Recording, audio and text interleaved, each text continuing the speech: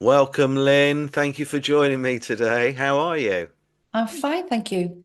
Pleased to be here again. Thank you. To talk with you after my last interview with you. Yes, yeah, it's your turn to come on my channel.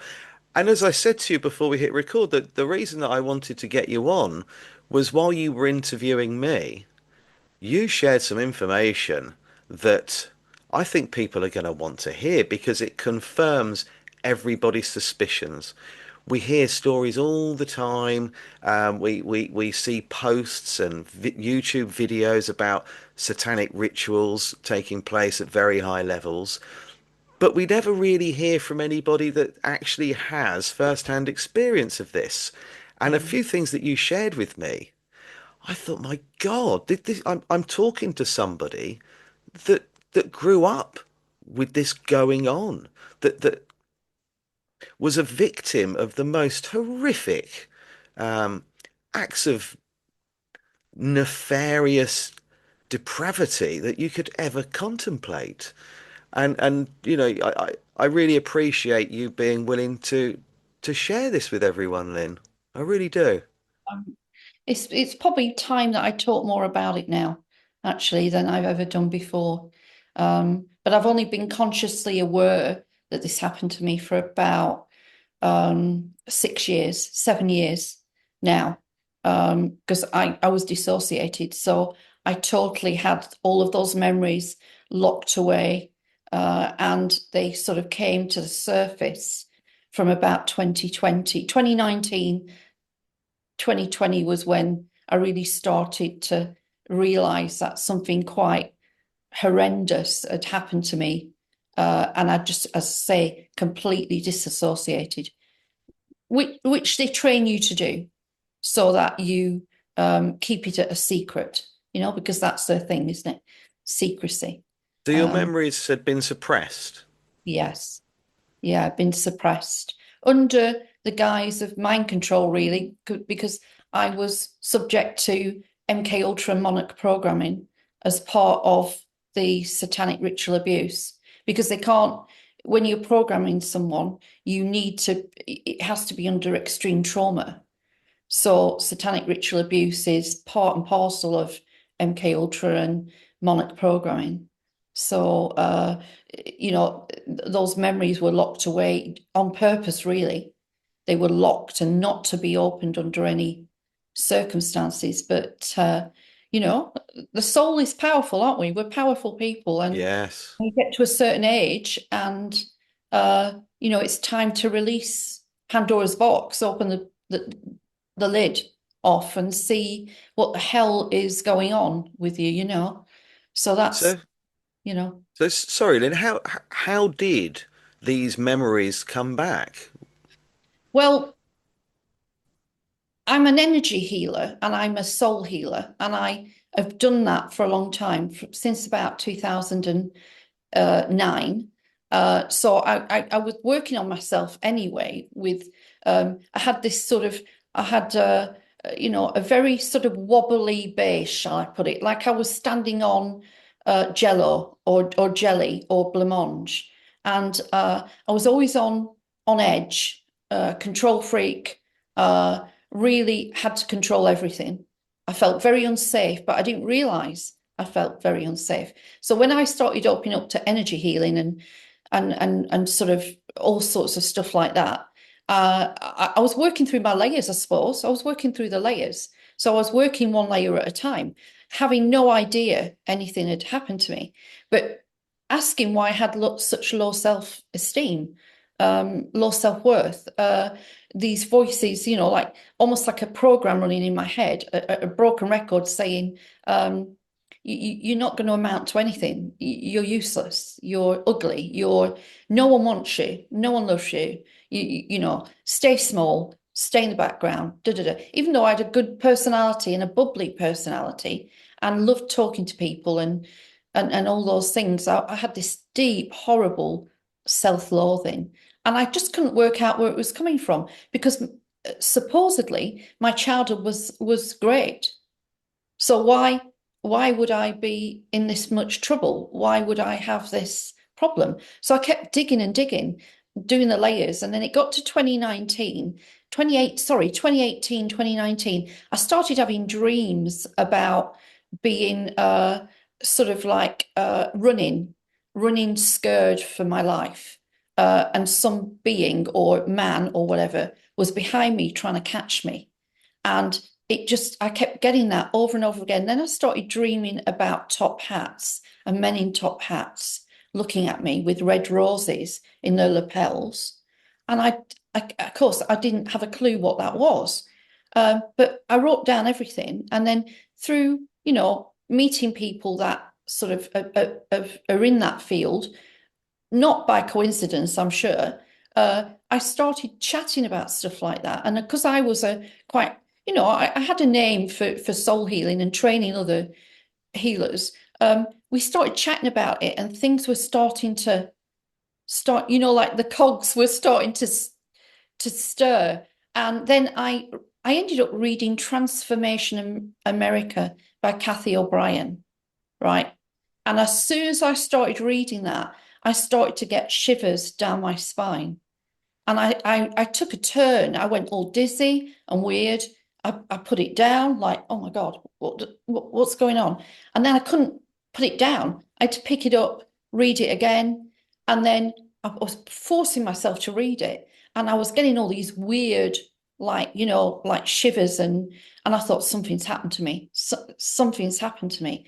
And the more I asked, and kept sort of, I don't know, saying it to the universe, like, what the hell happened to me? What happened to me as a child? I started to get images of my dad stood in front of me with my uncle, and they were both saying to me, shh, shh. And I was thinking, what they on? What is that? And anyway, to cut a long story short, I was sort of, I knew some other really profound healers and people, and we started to dig. And as soon as we started digging, I always remember this moment, this guy that I used to work with, and he tapped in and he'd found an image. He saw an image of me as a child. And he said to me just one thing, one big long statement was, Lynn, did you used to go to the swimming baths on a Sunday morning with your uncle and cousins where you lived? And I said, yes, I did. Yes, I did. He said, something happened there and kept happening there. And you need to unravel that. And I was like, what do you mean? And then I got it. I unraveled it. Someone referred me to a specialist in Canada who was a satanic ritual abuse specialist who had been working for 20, 30 years on people that had been were survivors and helped them. I was recommended to her. So I went and had 10 sessions with her. And that's where I started to really get my memories back. Of course, I couldn't, when I started talking, almost like she put you in a sort of hypnotic state, but not deep. It would just be, she just was bringing you down into relaxation and actually starting to open the memory banks. She had a gift for that, which was quite creepy in a way, as she could do it. I suddenly started, and I didn't feel any terror with it. It was like I was watching a black and white movie. So it was like I was on the other side, if you see what I mean, stood there, and I was watching myself. And I could just reel it off. And at first I thought I was making things up. And I was saying to her, I think I'm going mental. I think I'm going stupid. And she turned around and she said, you have just mentioned 3 rituals to me that you went under, and every one of them is an absolute certain, because I've heard that millions of times before. So you have just come up with regular rituals that they do at the very beginning. So that So, was, your memories from your childhood are they quite sparse? yes. So normal childhood, memories, hardly any memories of anything, just a few flashes of maybe a family holiday to the beach and cockling. Uh, I remember that, but a few times we went down to Wales, but I can't, I've no Big every day. chunks are missing. Yeah, big A- chunks missing. And so through this therapy that you had, you've Yeah, been able to piece bits together now and fill yeah, in. yeah. Now, is this something you now looking back on it wish you didn't know? Or are you glad that you No, understood all of you this? have to know. You have to Yeah. know. Because if you don't know, you can't heal from it. And, So you know, so what exactly happened? I mean, because you mentioned to me that you'd been to Balmoral and that yeah, things were taking place there. yeah. But how did you become involved, or your family become involved in joining or participating in events, with Yeah. the royal Yeah. family? Uh, the thing is, they weren't present when I was taken to the royal family, so they weren't there. But my father's side of the family, I now sort of have come to the conclusion. I have no definitive proof in writing or anything like that, but coming to the conclusion that my father's family, it'd been going on for centuries, so they have been clearers up of elite society parties. So that's what I got, that my grandfather, great great grandfather, my father, they were all members of a satanic sect in the Lancashire area where I was born. And they cleaned up after rituals. So they would go in and wash the place down. They would, like get rid of body parts. They would do everything they needed to do to make it clear, right? Before the next time they did something. And they had these secret places they would run these events. The swimming baths that I mentioned was, I don't mind mentioning where I was born in Preston, Lancashire. So the swimming baths I went to in the mid 60s was on Loon Street, and it was massive, and it was a big old like swimming pool, with interestingly looking a bit like a Masonic temple. There was black and white checkerboard floors underneath. And I even saw pictures of that. I found that on the internet. And what they were doing is they were taking me from the swimming pool on a Sunday morning, and they were then taking me down a secret passage at the underneath the swimming pool, and it was right next door to the Freemasons temple. Right. So that was very like very convenient. And my uncle that took me every Sunday morning was also a Freemason, a high-ranking one, secretly that we didn't know. And also he was part of the Satanic sect with my father, and they were brothers-in-law.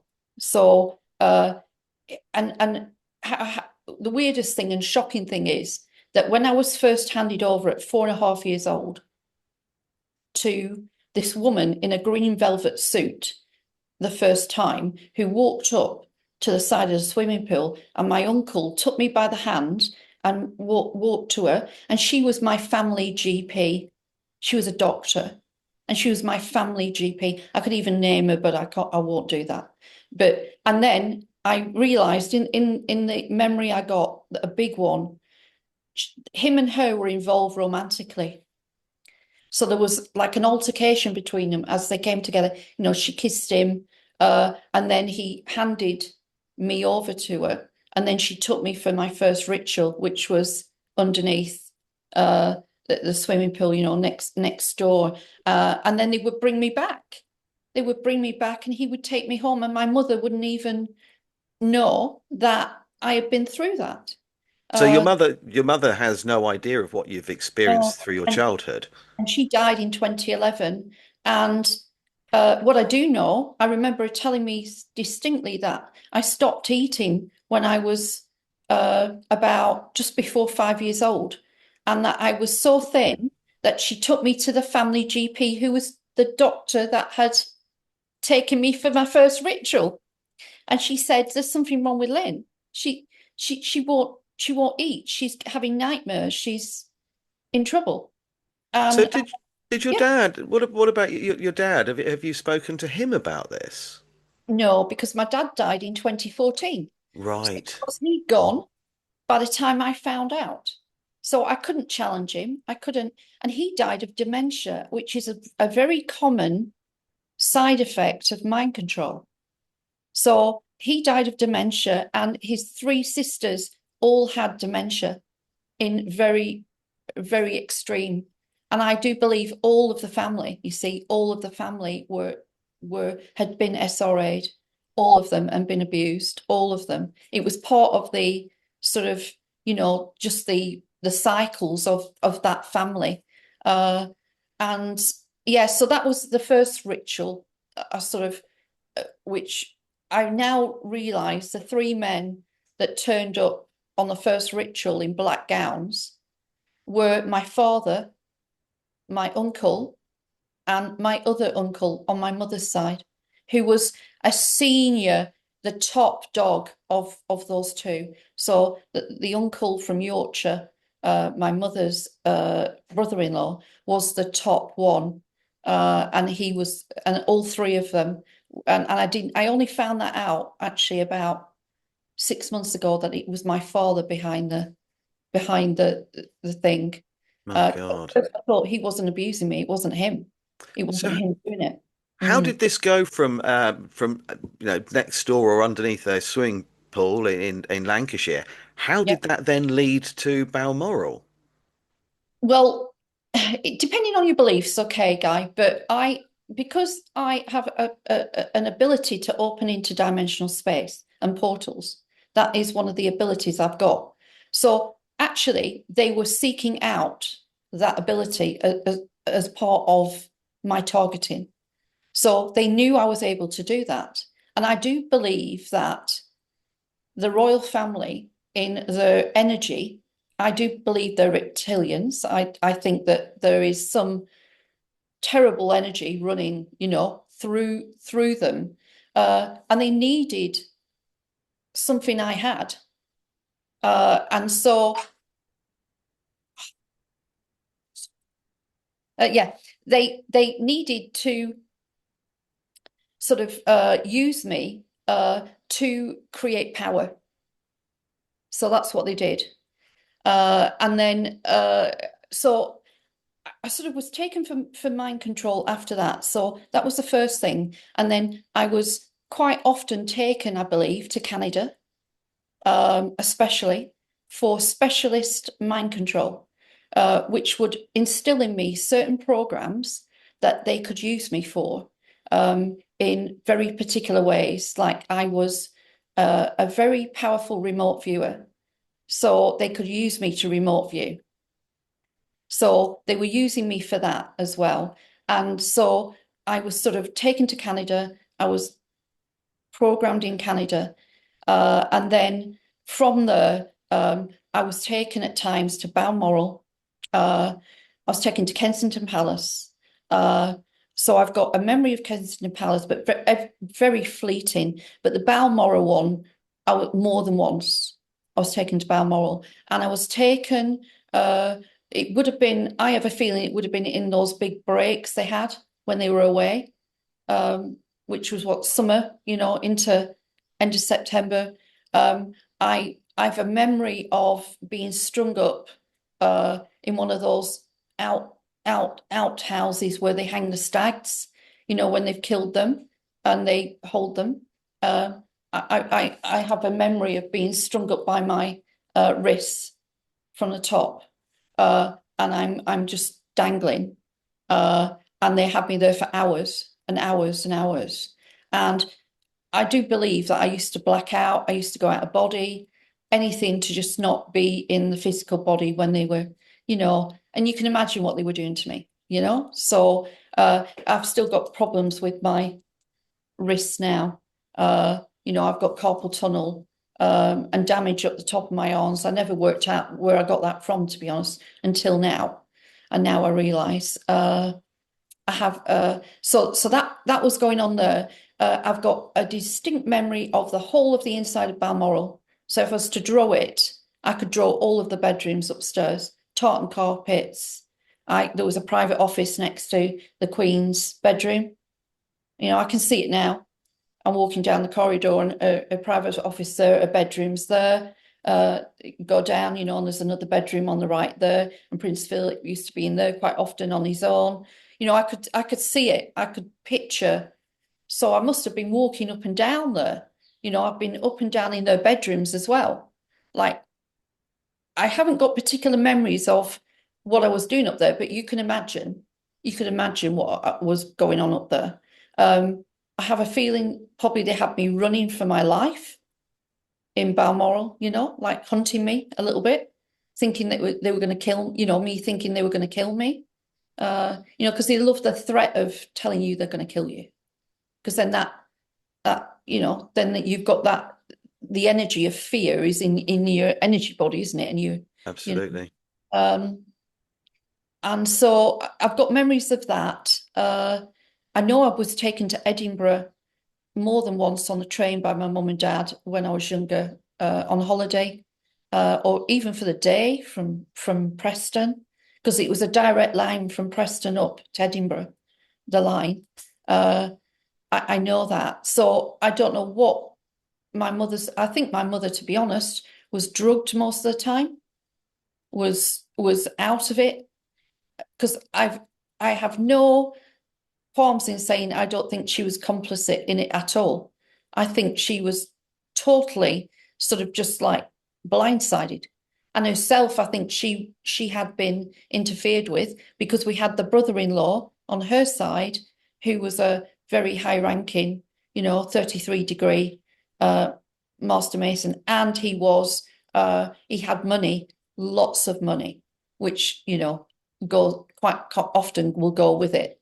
He was very successful, had a big house, went on cruises and lots of money, used to give a little bit of money to my mum, you know, stuff like that. So it was very sort of, you couldn't escape it.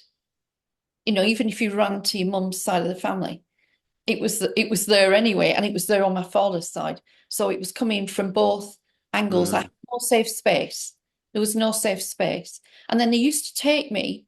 Uh, I've had some memories come up of being in a submarine. So I was in a submarine and I was banging on the door. I woke up, I'd been drugged. And this memory was the most in-depth one I've ever had, and that came last year in a dream during the night. And I woke up in a panic, sweating, you know, panic like, and then realizing, and my whole body thought I was back in 1973. I was 8 years old at the time. And I had to talk my body down for days, like we're not in 1973, because I was all like this, you know, like, hey, it's okay. It's okay. Thank God I've got the tools to be able to do it myself, to Yes. self down.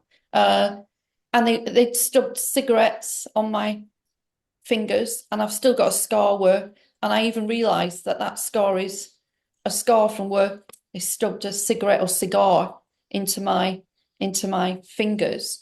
And I was banging to get out, and they wouldn't let me. And then they were, you know, sort of doing the, you know, where they try and drown you. That's one of their favourites. So they were doing that over and over again to me. I've had near-death experiences, I feel, through that as well, many times as a child. Was So on that point of death, you know, and then they bring you back. were you with other children? Yeah, yes. Um, there was those on the submarine. There was definitely, and I think what they would do is take you to special places. So like it was a secret way of taking you. And it was easy at Preston because we had a big docks and we had a military establishment. We had BAC Wharton, which had an aircraft field with the British Aerospace that had MOD contracts running. So they could, I've been there, I know that. I got the memory of being taken in the night to Wharton and being flown out and going to America and being taken to the USA. I think that's how they got me out to Canada. But then they wouldn't put me on you know, I'd be in a box or they'd put me in a crate. And that's why I had such extreme claustrophobia. Always had extreme claustrophobia. all So are my you with other children in these crates, or is each child in? separate crates. A child would be in each crate, Yeah. you And know, and how they, many are you talking about? How many are they shipping over at a time? I don't, Guy, I don't know actually, but all I know that I would, you know, in the memories, I only saw my own crate, but if I'm talking to you now about it, it's interesting. I can almost hear other children whimpering Hmm. in the crates next to me. And in fact, they'd be drugged quite often so that they wouldn't cause any trouble. Their favorite thing was to just drug you all the time. So Uh, you when you know, went to America, yeah, you said before we hit record that you'd been to the White House. yeah. So I had this memory come up last year too.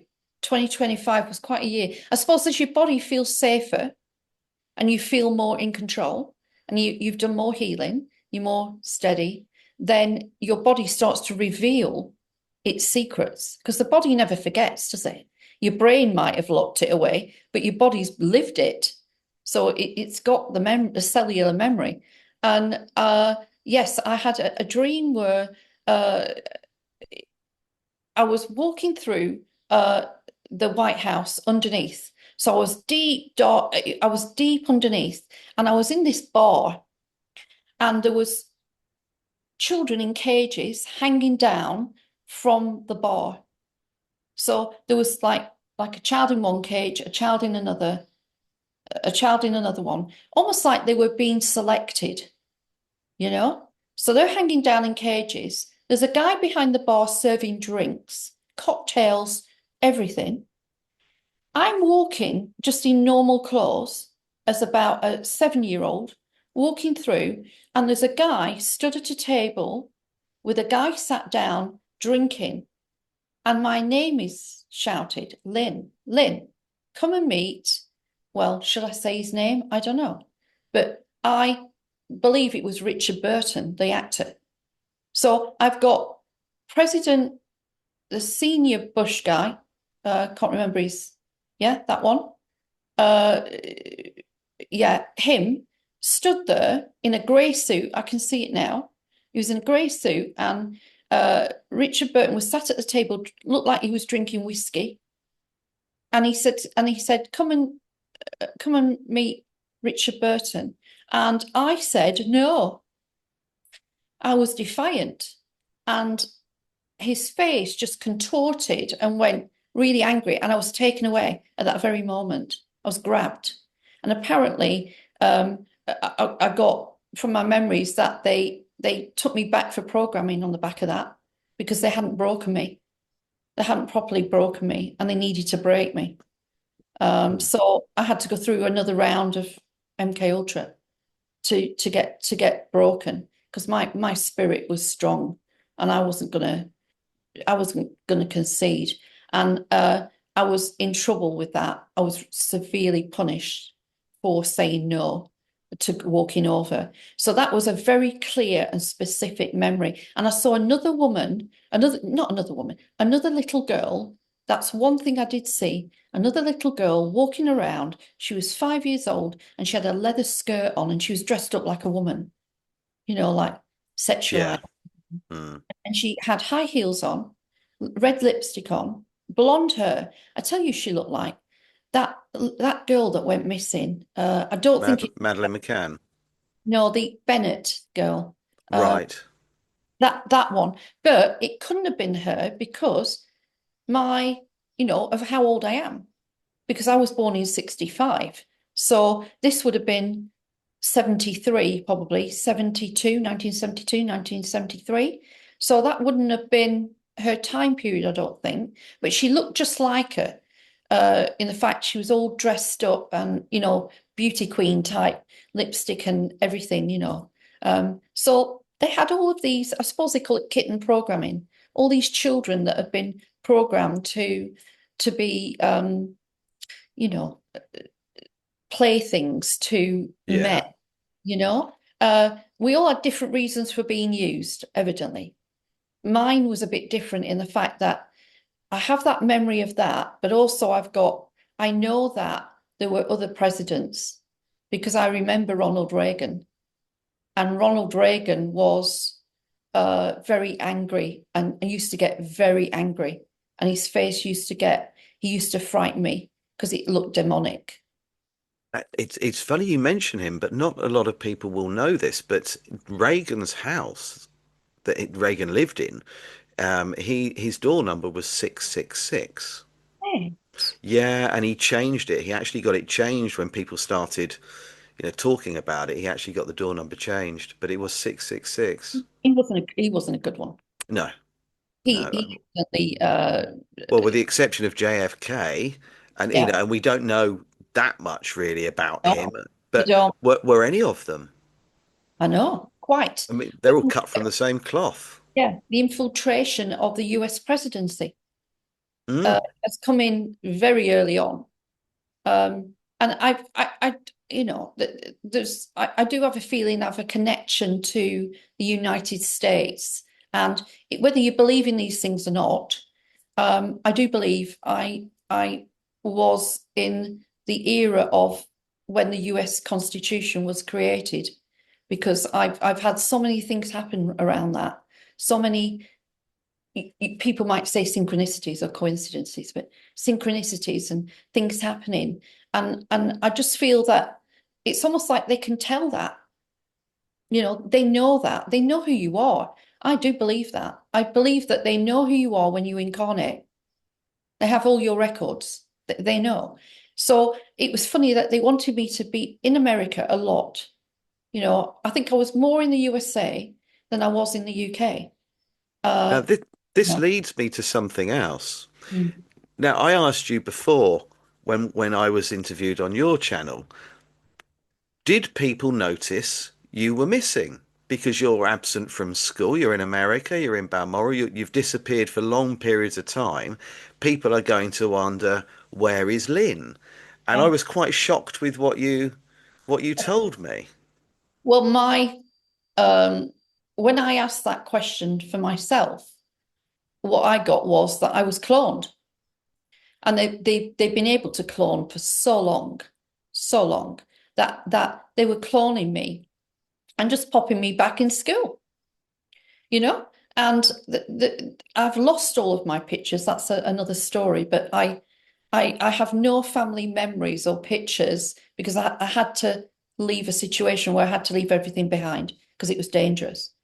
And but I've still got a few pictures on my iPhone and stuff as a child. But there's one particular picture of me at 12 years old. That always bothered me. And I was looking at it only a few days ago and thinking, I think I'm a clone there. I think that's me as a clone. I think I'm cloned. That's not me. That's not Lynn. It's creepy. I'm about 11 years old, and I don't recognize myself. It's like, that's You not me. know deep down it's not Look at you. the eyes. It's like It that is the that's eyes. It's always the eyes, isn't it? No matter how good a job they get. I mean, let's be honest, they really cocked up Jim Carrey, but I do believe that that was intentional to wake people up. I think somebody inside did that on purpose, so people start thinking, hold on a moment, is cloning actually going on? And of course, there's lots of people out there that say it was an actor wearing a mask, it was Jim Carrey wearing a mask for a long. It's all nonsense. They've been cloning for a very long time, and Jim Carrey spoke out far too much. But what they don't say when they say, well, that was Jim Carrey wearing a mask for fun, where was the fun in it? Why did he suddenly change hands when he was giving signatures, autographs at the end? Why did he talk differently? Why were his mannerisms completely different? His movement, his facial expressions. This is not somebody wearing a mask for fun, and this wasn't someone pretending to be Jim Carrey. It's blatantly obvious that that is a clone, and we've seen it with P. Diddy as well. The P. Diddy that got arrested and went to prison doesn't look like the P. Diddy that was walking around 2 days before. absolutely. And I mean, to really add in the mix, shall we? Shall we move forwards to the fact that so I find out I've been SRA'd, I find out I've been mind controlled because I am, my healing protocols, I'm very exceptional in being able to bring them. And I think that's part of the nemesis of the maybe the gift. I had the gift, but then, the nemesis is I was targeted for it, or I had to go through that to find the protocols. So now I deprogram others. So I deprogram MK Ultra and Monarch, and I lift out and well, I don't do it. I assist them and hold space for them to lift out the damage from satanic ritual abuse. So I deprogram myself. I managed to fix, I sort myself out, which I have. Uh, and I then start realizing that my life partner, my husband, has changed and there's something wrong with him. He's one-dimensional.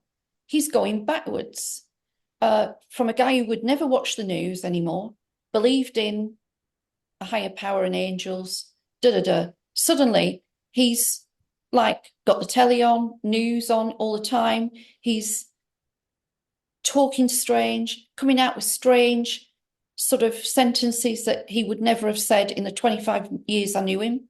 Like, what, why are you saying that? You've never said that before. His whole character went. And I realized that my husband of 25 years was my handler. So he was there from the very beginning. He'd been MK Ultra'd and SRA'd himself. He was there to handle me, monitor me, watch me, and then wait for me to see if I deprogrammed you. Then he was to play a song 3 times, back to back, in front of me to trigger my suicide program. So that I would go off. Oh my God. Yeah. And that's exactly what happened. So my husband, in his infinite wisdom, decided he couldn't do that on some soul level, decided, I can't do it. I can't do it. So he decides he's going to develop this hip problem. So out of nowhere in 2021, he's got this crumbling right hip. Like, where did this come from? Your hip was fine before. He goes for an x-ray. Yeah, it's bad. He needs an operation. Da da da. He's retired out of work early because he can't do his job. He's depressed because he's in so much pain. He gets a payout, not brilliant payout. And I say, let's pay privately. Let's get your hip fixed. So we book the date privately. We book the date in hospital near where we live, private hospital. And it goes in for the 30th of April, which would, of that date in 2022, was supposed to be a solar eclipse, I think. And I thought, oh my God, that's a day to be operated on, right?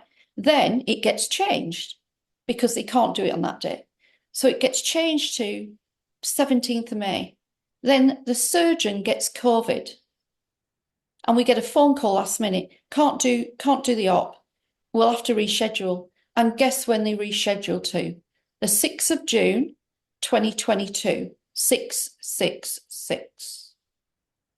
And he goes in, me not thinking of the 2022, but I saw the 66 thinking, oh God, that's a great day, So anyway, so he goes in, he has the operation, and they swap him out. And I know people might think, you're nuts. You're imagining this. This is crazy, right? They swap him out and they put a clone in his place. And you think, why would they do that for you? Well, I've got enough ammo when I get all of my memories back. I've got a lot of hobby information. And also, they didn't want me activating. They didn't want me to deprogram MK Ultra people. Yeah, and I do it behind the scenes and I deal with sometimes bigger names. I can deal with them, right? And I do per bono work as well. I do it for nothing for people that are so desperate, right? So that makes me a target, as you would expect, right? I'm a target. They don't want me deprogramming people. So this clone came in. Now, because I was so busy and I was running a retreat, I was going to Ireland, I was doing this, I was doing that, I sort of like, I now look back and think, how could I not see the signs straight away? But you don't. You expect your husband to come home after you've taken him in. So he comes home and he seems fine. And that's okay. And then 13 days later, I have to go away for 2 weeks. So I brought a nursing agency in to make sure he's like, can you make his sandwich every day? Can you do this? Can you take go shopping? Can you do, just to make sure he's fine? All good. I come home and I don't know. Yeah, there was something different about him straight away. I knew that, but I just thought he'd gone through a lot and he'd just retired and, you know, all of the stuff that goes with that. And I only discovered he was a clone in, this is crazy, 2024. And up to that, we moved to Cornwall. We moved to Cornwall to a beautiful village. We're by the water's edge, having a great time. And this guy is just changing right in front of my eyes. I'm going, there's something up with him. I kept telling everybody, what's up with him? He's not acting right. Is he having an affair? Is he doing this? Is he doing that? Mm. Because he was just like cardboard cutout. And he was like just acting very strange. Then he didn't want to. There was a particular incident, and I don't mind mentioning this because this is a real clincher. So we had a massive, like, we had a super king size double bed. It was, massive bed, and he was a 6'2" guy. So plenty of room. And one particular night, we must have just like I never face anybody when I'm sleeping. I can't stand it. I have to have my back the other way, and I was facing him. And I'd gone to sleep. And of course, he's asleep. And I'm asleep. And I wake up in the middle of the night and it feels like I'm being sucked through a black hole. Right? It was the weirdest feeling, guy. It was like, like you're asleep. And then all of a sudden you feel like something's pulling you towards something that you shouldn't be going towards. Like it felt like that. I woke up like, like that. And he's facing me so near, and my heart's facing him, his chest.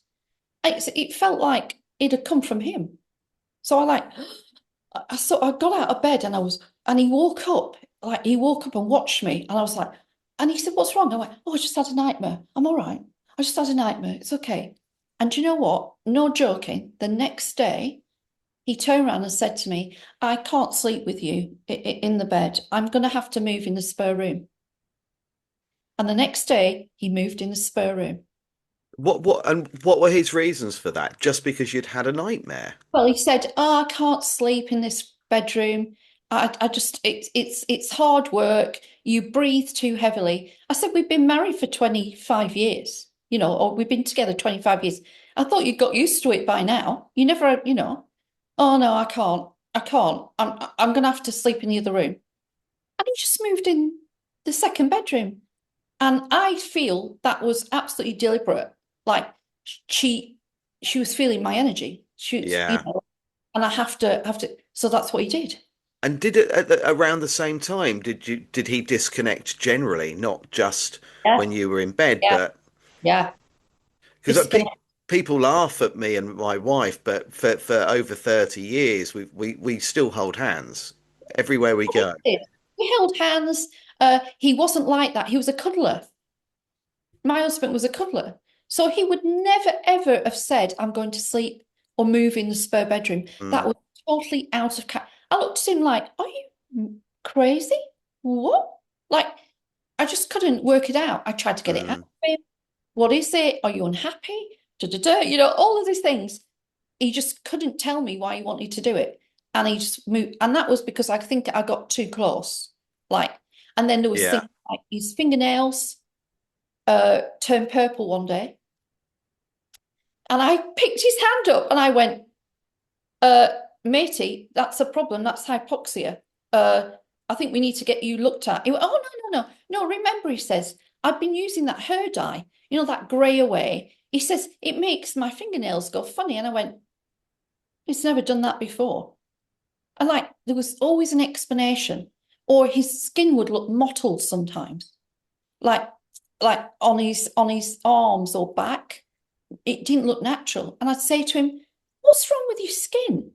Doesn't look right. Like, do you like what is that? Is that a rash or something?" And the more I started questioning things like that, again, it was an excuse. He started like trying to get dressed in the bedroom, in the other bedroom, stuff like that, because Oh. he didn't want me even looking at the skin or the Mm. defects.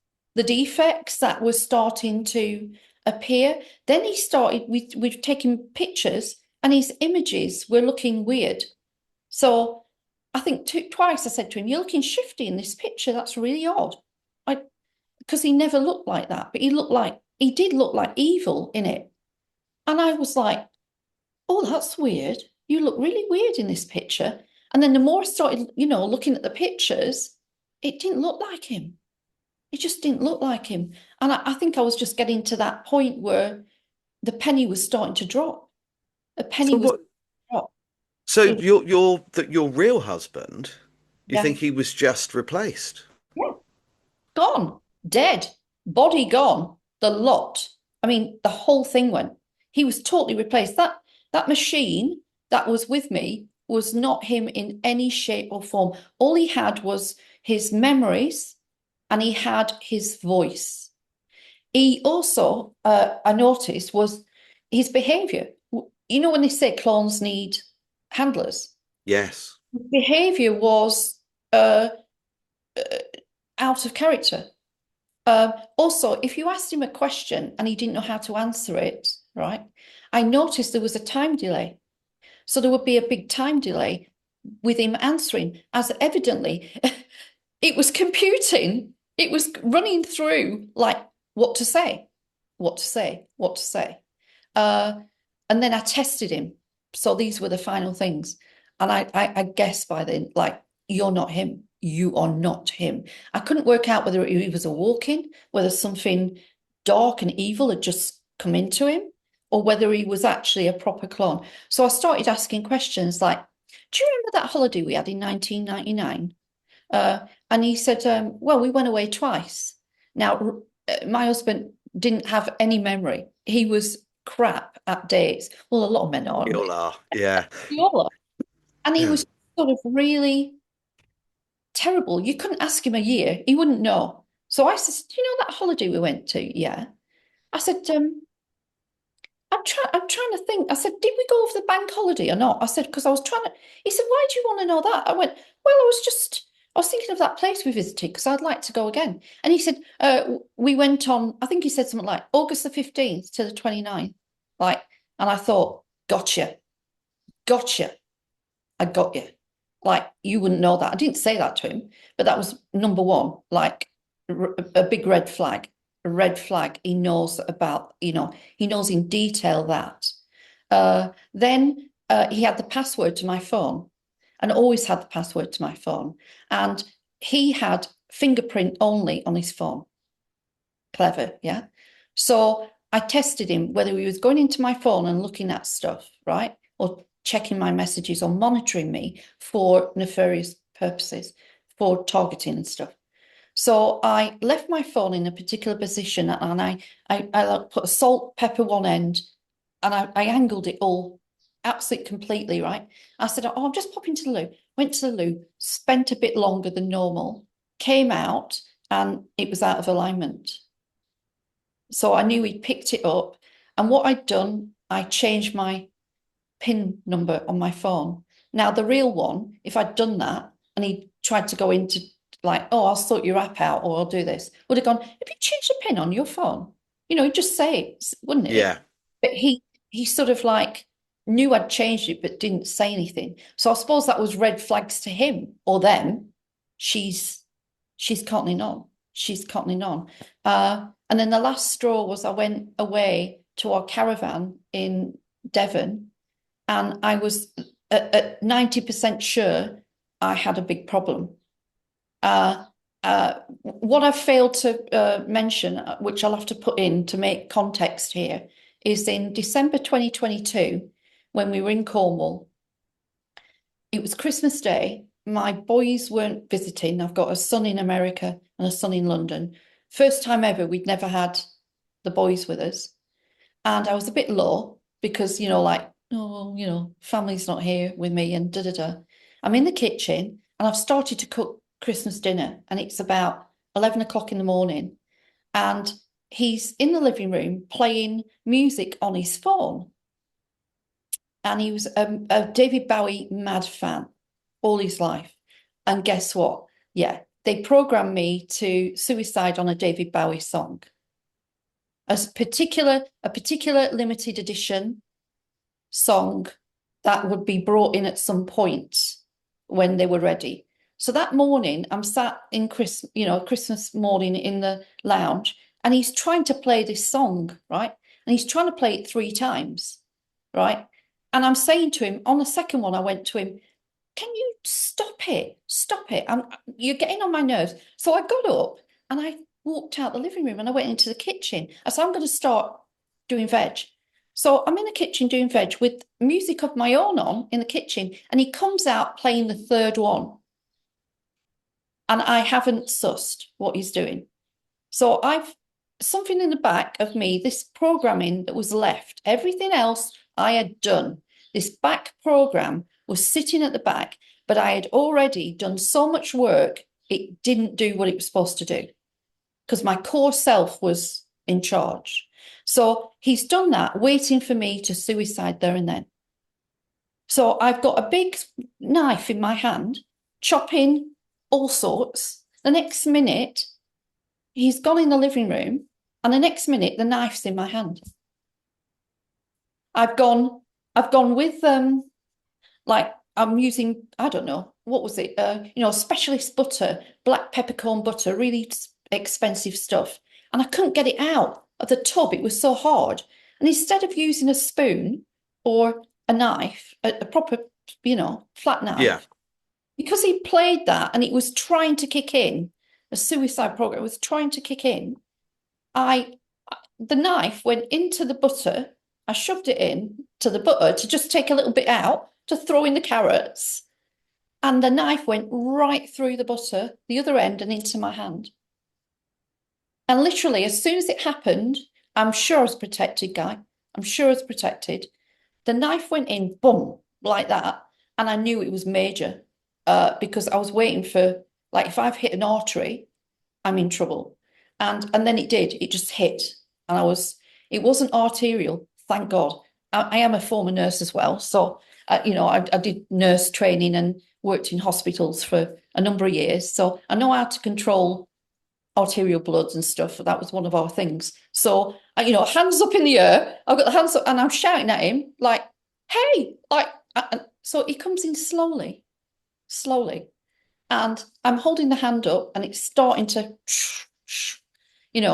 and he's saying, what happened? What did you do? And I said, oh, I put the carving that I shoved it in and it came out the other end and I didn't do it on purpose and it's gone in. And he almost like waited for me to like do it again, I think. He just didn't, honestly, Guy, he acted totally, it was creepy. He just stood there looking at me. Now, the old one, my old real one, he was really good like that. It would be, come here, let me get the hand, hold on, we'll have to get you. I'm saying to him, I think I'm going to have to go to hospital, because I'm going to have to get that looked at. And he's saying the hospital's shut on Christmas Day. And I said, no, it's not. But Hospital's never shut. it was just really bizarre. Mm. And I know now I was under waves of like black magic and all Mm. sorts, really hammering it at me that day. And do you know what? I can't even explain to you why I didn't go to hospital. He wouldn't drive me. I couldn't drive. So I ends up with a bleeding hand all night, propped up on a pillar, and I'm praying. And I say, oh, please, God, please help me. Like, I don't know what's going on. My head's just everywhere. I'm scrambled. I don't know what I'm doing, right? And my son messages me from the States and says, are you all right, Mum? Can I talk to you? Like it's Christmas Day, because they're 9 hours behind. I said to him, I've stabbed my hand with a knife by accident. I said, and I need to get it fixed. He said, go to the bloody hospital. What are you doing? Like, go to the hospital. But of course, he was just, Mm. he was wanting me, he was wanting it to be a lot worse, evidently. But that was the incident that I now realize was their attempt to try and suicide me. And they realized that the program didn't work, or the best I could do was stab myself in the hand. I wasn't going to go and take it and shove it in me wherever. So that then I didn't realize at the time what that attempt was, but I now realize what it was. And so we get to 2024. I know this clone is existing. I speak to 2 or 3 other authorities that I know in the world, who are used to clones, who are people that deprogram, you know. I can't mention their names, they're sort of in the background. And I rang one and said, you know, I've got a problem here, I think. So I started talking about it, and they were saying, oh my God, that's classic. That's classic. You need to get out. You need to come away from that, from that. Yeah. Oh, I said, of course I do. And my inner guidance was, you have to leave. So I'm at the caravan. He's down in Cornwall. He wants to come up and see me. I'm petrified. Like, what if he knows that I know? Yes, of Is course. he going to try and kill me? Is Mm. he going to try and kill me? Like, Now, had you told your sons about any of this? I hadn't told them about the clone because I didn't want to frighten them. It's Yeah. like, it's not like it's someone, a normal person trying to kill you, and you can run to the police. And Mm. you can't say that with this, can you? So Mm. I I was okay. I had some good advice. I had some good friends, and I sat there. And I normally went to the caravan in March anyway to air it for the season, so it wasn't anything out of character. But I was like gathering my evidence. I was gaining inner strength. Like, I'm going to have to run. And then he turned up for 2 nights and was watching my every move, watching my every move. And then one particular moment, I was mentioning something. I can't remember what it was now, but I know that he looked up and he looked at me with a demonic stare. They were starting to, like, the energy was coming through him. And I thought, I'm in trouble. So I was supposed to come home for Easter, and this was like the Tuesday. And he said, oh, I'll drive home. We both had a car. I'll see you on I'll see you on Thursday. I said, yeah, I'll see you on Thursday. And I wanted to, you know, like, I didn't want to come anywhere near him really. And he wouldn't want to come near me. Before, he didn't want to come near me. But this time he made me kiss him on the lips. So, like, oh God. So I kissed him on the lips. And then he said one telling thing. He said, I'll see you on Thursday. And then he just looked at me and said, if you come home on Thursday. So he was telling me, Uh, you know, I know you know. mm.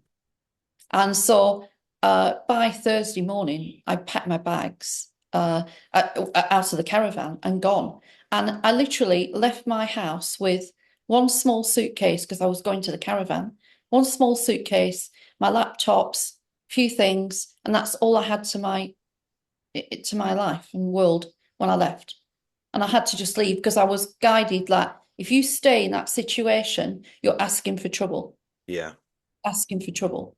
So I was told that they were using him, you know, by the nefarious forces, the people that program me So, would working through him. so obviously now you're no longer together. No, I'm guessing you don't have any communication at all, but you must have gone through a divorce.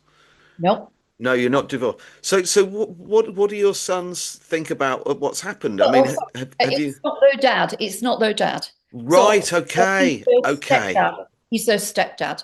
Sorry. right.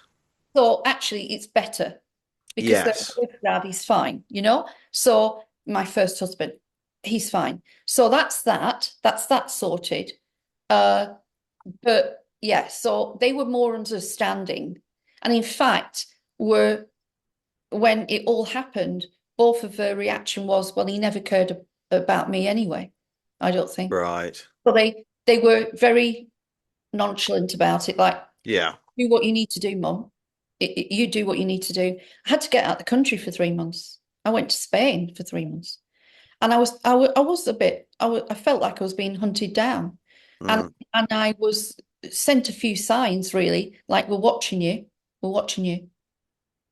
But then I do believe I'm protected. I do believe mm, now I'm divinely protected. I have no fear now of that at all.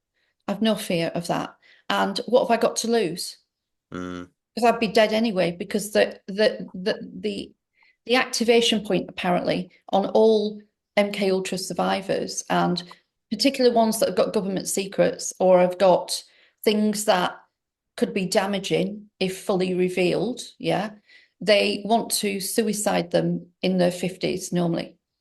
And it's interesting, my auntie, who was the wife of that uncle from Yorkshire who was on my mum's Yeah. side, who was a Freemason, she died at 59. And her daughter, Sheila, died at 59 too. And I think that that is no coincidence. I Mm. think they were put to pasture, like, and I feel Yeah. that it was almost like they were saying she's 59, she needs to go, and they were trying to do that, but yeah, that's that's that was a huge thing for me in 2024. Dark Night of the Soul. Yeah. And Yeah. then you realize that your own husband has died. You've not known he died 2 years before. So you lose your husband in 1 second. He's Yeah. gone. Like he's dead. He's been dead 2 years and he's gone. So that's that. I'm a widow.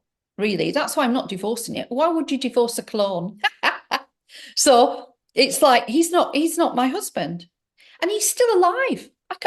I mean, I would have thought they would have got rid of the clone by now. I really do. Well, the But they problem haven't. with doing that perhaps is that then reinforces your story. Yeah. So they need him wandering around saying, I think she's crazy. I don't know what she's talking about. They need him to do that, I suppose. Yeah.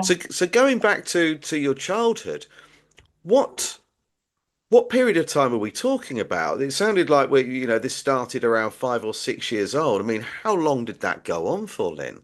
I was told that I was sexually trafficked and abused and trafficked around to these politicians and presidents and royalty till I was 14 years old. When I was about 14 to 14 and a half, apparently I lost, they called it juice, in the fact that I was just not effective. And I was actually flat as a pancake. And so basically, like, we can't use her anymore in that capacity. So thank God for that. So that stopped. But because I've been programmed and I had fragments that were alters, those alters were trained to do particular jobs and they were carrying on. I was told that my programming, my ability to be an asset, they call it, stopped at 44 when I woke up. So as soon as I woke up and I started to awaken and start to see reality a bit differently and all of that was when my ability to be the asset stopped. It's almost like I was starting to shut that down myself. Mm, Like, no, I won't be used in that way. Even though I didn't know in any shape or form what was happening. I had no idea. And in fact, core Lynn, or the real Lynn, had no idea that she had 3 altars. And those 3 altars were being used. I was a remote viewer for the secret space programs and for military and black ops.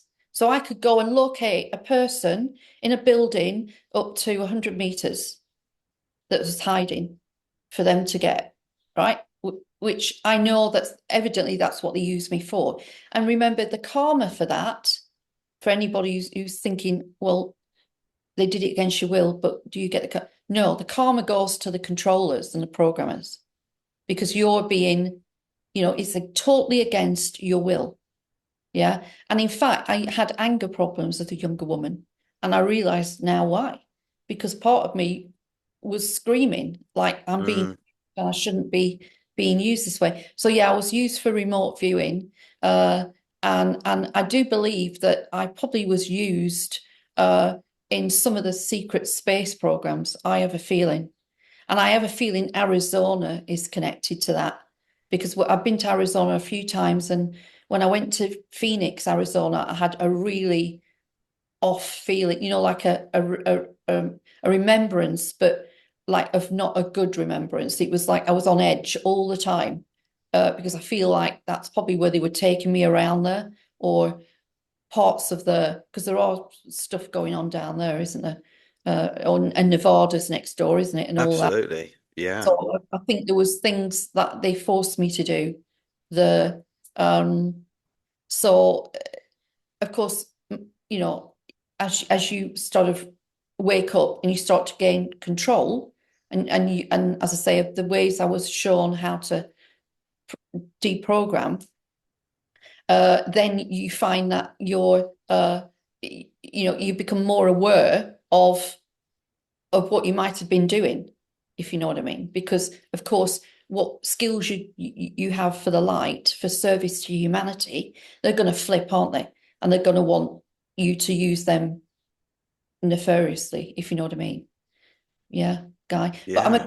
I'm a great believer that anybody that's ever been used on those terms, and you had their gifts and abilities used in a nefarious way, when you wake up and deprogram and you clear all that, and you're almost like back in the jurisdiction of the power, whatever we call it, the light, then you negate everything you did.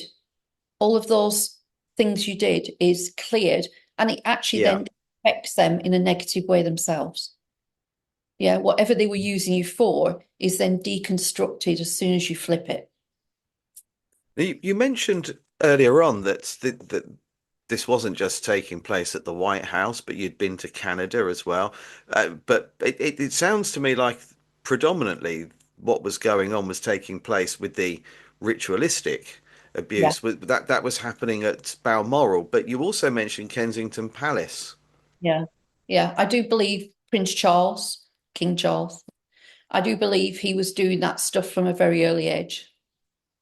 I have a memory of him. It's not full, but he definitely was part of my abuse. And I feel he was fragmented himself. And I feel that probably would be an alter of his. I have a feeling he's been mind controlled, and that an alter of his would be doing the nasty pieces, if you know what I Yeah. mean. Uh, and I've got a memory of a bedroom in Kensington Palace. I've got a memory that Diana might have been around. I don't think I met her, but I heard her voice. I heard her voice. Uh, I believe that she probably found out what was going on. Yeah. That's what I feel. And she was piecing it all together, and it was all starting to, you know, gel together of the whole picture, Well, you know. that's kind of similar. That's just a similar theory to what I have with Meghan Markle. I can't help but wonder because I'm not at all remotely interested in what the mainstream media and the press have to say about anything, frankly. But stepping back and looking at it, at what's gone on there, it seems to me that it's quite possible that she suddenly realised what she'd married into Yeah, and had perhaps confronted Harry and said, I had no idea how yeah, dark your family are because they'd been asked by Philip, how dark will the baby be? And that yeah, was flipped into a narrative about skin tone, but it wasn't. That was, people that have sort of dug into this further that had spoken to both of them were told that actually no, it was a reference to will this child be raised dark, the dark side of things. I get you. Yeah, and they'd of course taken her passport away from her and stopped her seeing her friends and so on. And so it looks to me like she was scared Yeah, and that they had to get out. So they went somewhere it very much in the public eye so people could see them, see what's going on, but completely swamped with security, from CCTV to actual security people, security guards. That seems a brilliant move to me because if you went somewhere discreet and low and remote, then you're vulnerable, aren't you? But if you're in the centre of somewhere that is kind of show busy, then people are going to see you all the time. It's a lot harder to make you disappear. yeah. And the area of California they went, which is near Ojai, Montecito, I went to and I stayed there. And it's a very spiritual place. And I'd say it's a very protective zone. I felt very amplified there and very safe myself. So I mean, might not be a coincidence why they've gone to that area. It's quite a lovely area actually, and I went We drove round their estate. We couldn't go in the, it was gated off, but we walked, there was a tour that went round the outside. It's a beautiful area. So I can see why, they moved to that area. But I don't even believe that he's Charles's son. To me, No, I don't think no, he's I agree. his son. I think that's where maybe you've got shall we say a better energy running through him, that he is able to, he had that he's got the energy of Diana, of course, but he's got like Hewitt's bloodline, not theirs. Mm. But then she's got a past, and she's supposed to have been a yacht girl, or we believe, don't we? So who knows what the history is there? But yeah, I think, and a lot of them, maybe not all of them, take part in the rituals. Maybe there's only the inner sanctum of the royal family who are holding the key power, or have got, Mm. they're on the list of accession to the throne, that have to create do the dark magic circle, the black magic rituals. Maybe only them have to do it, because if they ascend to the throne, then they're part of the, I don't know, the triad of power and everything else with, Yeah. or the secret, the secret British sort of, stuff going on. So I believe that maybe the outer ones, the cousins, and they don't actually get to see that side of it at all. It makes sense, like for me, because I didn't know that my aunties and uncles and people like that were taking part in stuff like that. I had Mm. no idea until my memories came back. But from the outside, no one would know. Is It's there anybody still within your family that was around then that you can approach? well, the problem is they've all been affected by it in a negative way. So I think I've actively got family members that have been SRA'd and mind controlled, and they Mm. are in uh, the programming. And so when I started talking about being abused as a child, and I think I mentioned it on Facebook to my followers or something, and it was coming through, and I had no idea really of the implications of what that meant. I was, my cousin was on my WhatsApp within 2 minutes at 9:30 in the evening, trying to ring me, and then messaging me saying, "I don't think you should be putting that on Facebook. Take that off. Take it off. Thank you very much. Don't tell me what to do. You're slandering our family. I haven't mentioned you at all. I haven't talked about you at all." So that was a reaction I Mm. thought that was over, like that was a shut up, Yes. you know? So I do think that they are complicit in that. And I can't say, of course, I'm not mentioning names or anything, but they are linked themselves to high-ranking police officers. I'm talking chief constables and beyond. So it all runs down that side of my family. So, we've got implications again of Freemasonry and 33 degree and all of that stuff running in my side of the family. So I couldn't go to them. It would be dangerous Yes, of course. because So, they are, So I'm cut off from all my family except my two boys. I can't see any of my family, unfortunately. so where obviously people that have experienced something similar or believe that they have and need help, how can they get in touch with you, Lynn? How's the best way of them Well, contacting you? they can message me via my website, which is crystalstarascension.com. Maybe we'll put a link underneath, but they can Mm. message me. There's a contact button. You can message me. Also, I have my main timeline. I do lots on there, which is Lynn Flowers. I have a Facebook group called Starseeds Rising, which very much I talk about interference and targeting in there. So I'm really reaching out to people that feel they've been targeted and been interfered with, and I'm giving them methods to protect their energy, really, and also to be giving them, hopefully, wise counsel or wisdom on what I've lived and how to deal with it. and there are ways to clear that. Look, I'm clear. I'm clear, and I'm also we're all a work in progress. So of course, I'm always checking and making sure that am I, coming from a clear space. Is there something running that I need to know about? But I have been reassured and over again that that suicide programming was the last bit of programming that was actively working. And then we got that to shut down, thank goodness. And that's the worrying thing, because of course everybody will have that back program running, which almost like wants to activate when you try and deprogram. That's why you've got Sure. to do it in a very safe and loving environment with people that are experts. So you make sure that you ask for guidance and you feel discernment, and you could just go to someone you feel drawn to, that you feel you can trust. Yeah.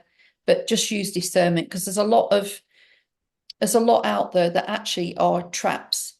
It's Yeah. almost they're run by the elite, or the parasites, shall we say, run by the parasites that actually want to capture people that are trying to escape it, because they just want to drag them back in or just waste their time. And I've met those people. I've met those people, and I'm lucky to be able to see through people. So I was able to use that discernment. But it can be done. We have got the tools now. We can do. Mm. And there's no, and I think, Guy, more for me that drives me is the children. So it's trying to get to the children, or trying to get to these children that have been ritually abused, and knowing that I can adapt some tools into easy things that will do so much to lift that out, so they're not suffering for the rest of their life. Yes.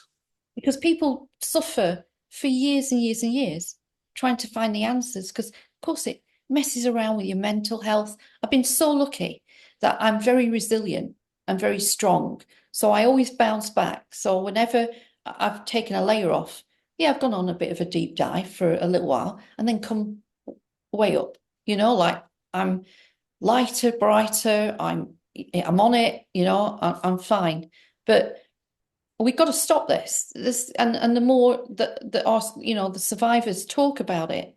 And like, government was involved, British government, there's Well, that was politics, something I was going to ask you, Lynn. you know You mentioned American presidents, but what? And it's not just British government officials that is rattling around in my head, but also, of course, Jimmy Savile. Well, Jimmy Savile, interestingly, I did go and do a deep dive with myself and ask the question whether he abused me. And I was told no, right? But what's interesting is he used to drive from Blackpool to Preston, or is it Liverpool to Blackpool, every year, and take a bunch of disabled youngsters in a big, like, I can't remember, was it an open top bus? I think it was an open top bus, something like that. And it would come past our house on the Blackpool Road. I lived right by it. And I would walk down every time. My mum would take me down, and we would stand there and we would wave as he drove past. And he would wave out the window with all these children. I find that a bit creepy. And like, that's symbolic of, that's why I asked the question, why was she doing Yeah. that? Was I involved with Savile? And I was told no, but Ted Heath came in. So Ted Heath, Yes. Well, there's enough evidence on him now for yeah, him to be, if he was still around, obviously, for him to be charged. he was connected to me. Ted Heath, for sure, that came up. And there was a French Prime Minister as well connected. I know that I had dealings with a French Prime Minister, and there was other stars as well. There was like actors. I mean, Richard Burton's never been mentioned in any of the. I looked at Kathy O'Brien's stuff and looking to see if I could see him, and he's not mentioned anywhere. But it was definitely him. It was Mm. definitely him. I know it was, because I saw him as clear as day, sat there drinking his whiskey. You Yeah. know, he was a prolific drinker, wasn't he? He was sat there. So I know I saw him, and as I say, I think most presidents have been involved in this, on one in one way or another. I mean, maybe there's some exceptions, who knows, but I definitely, and also high-ranking senators, that were being groomed for the presidency. Do you think it's possible that Andrew is the scapegoat for the British monarchy, or the establishment rather? That I'm not saying that he didn't do those things. Of course, it's pretty obvious he bloody did, and and I can't stand the man. But Yeah, um, is it possible that, as far as the nobility are concerned, the British aristocracy, if you like, he's the one that's going to take the fall because they don't want anybody digging any further than him? absolutely. It seems obvious to me that he's the patsy, isn't he? And they'll let Hmm. him take the full brunt to try and satisfy the people that justice has been done, as in Charles's statement of what he said. In fact, Charles, or even if he is the real Charles, or whether he's a clone, even, God knows. But the Charles was at it. He was doing it. He was doing it, and I believe that the Queen, was involved. I don't seem to feel any. Oh no, do you know? Actually, I say that to you, and she was involved. She was involved. Yes, she was. Yes, she was. Because she was one of the first characters who turned up in my dreams when I first started to wake up. She stood looking at me and was talking to me about Alice in Wonderland. And that's all Oh, wow. programming took. That's all programming took. So she definitely must have been involved with it. She must have been. And Philip. And I feel Philip was very dark. You know, I can feel that he probably used to use the cellars of Balmoral as torture chambers. Um, that's really weird. That's really weird. I'm saying that to you because I've not had that before. So there you go. That's coming in. I can see him in a Nazi uniform. Oh, crikey. Yeah, I can see him in a Nazi uniform with a whip. That's interesting. I've not seen that. Shit. So yeah, oh yeah, they were. It's to raise the power. It's not. They don't just do it because they want to do that every day of their lives and da da da. It's more, it's linked to the power that they have to Yes. generate to keep. If there is a reptilian in there, they've got to generate the power to keep the image, in the body. So they've got to do fresh, innocent children with great light. That's what they're going for, which is This is disgusting. the Loosh, isn't it? The Loosh farm. Yeah. Loosh. They're taking a loosh, Mm, I think I was looshed out by mm, 40. I'd been so used and abused and used in that way that I'd almost gone dry. They couldn't do anything with me. That mm, like she's no good, so they discard you. Normally they mm, try to kill you off. Normally, like if you're no good, they'll try and kill you off. But I suppose with my remote viewing skills and stuff like that, oh, we'll keep her for that. mm. That should be great, And I'm sure I was doing, as I say, probably big remote viewing stuff. I can imagine that. I was told actually that I used to, under that altar, I used to train others to remote view. I would train others to remote view. Probably that makes sense. But yeah, I mean, all everybody that's been abused and in this way, and MK Ultra. I mean, it's an abomination. It just is. It's hell on earth, and as I say, it has to stop. People don't believe you. They can't comprehend. Yet, look at me. Would I be lying about this? Why would I want to lie about this? Why would I want to like? Why would I want to talk about it? Never mind anything else, Yes. you know? Yes, Um, absolutely.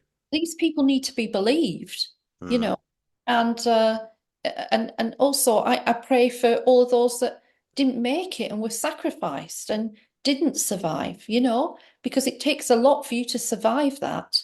You have to be a strong soul. And that's another thing, Guy. They choose the bloodlines, the DNA. They choose the DNA quite often of shall we call the slavery MK Ultras and the abused, because they have got maybe particularly strong sort of uh, uh, they've got a good stamina for torture, shall we put it that way? All right. So they quite often will know some bloodlines are able to, withstand more torture than others. My word. Yeah, honestly, and That's and incredible. they'll choose those as their slave race as such, and I feel that's what my dad was linked to. It was a very strong bloodline where we could hold a lot, so they used us all the way down, you know.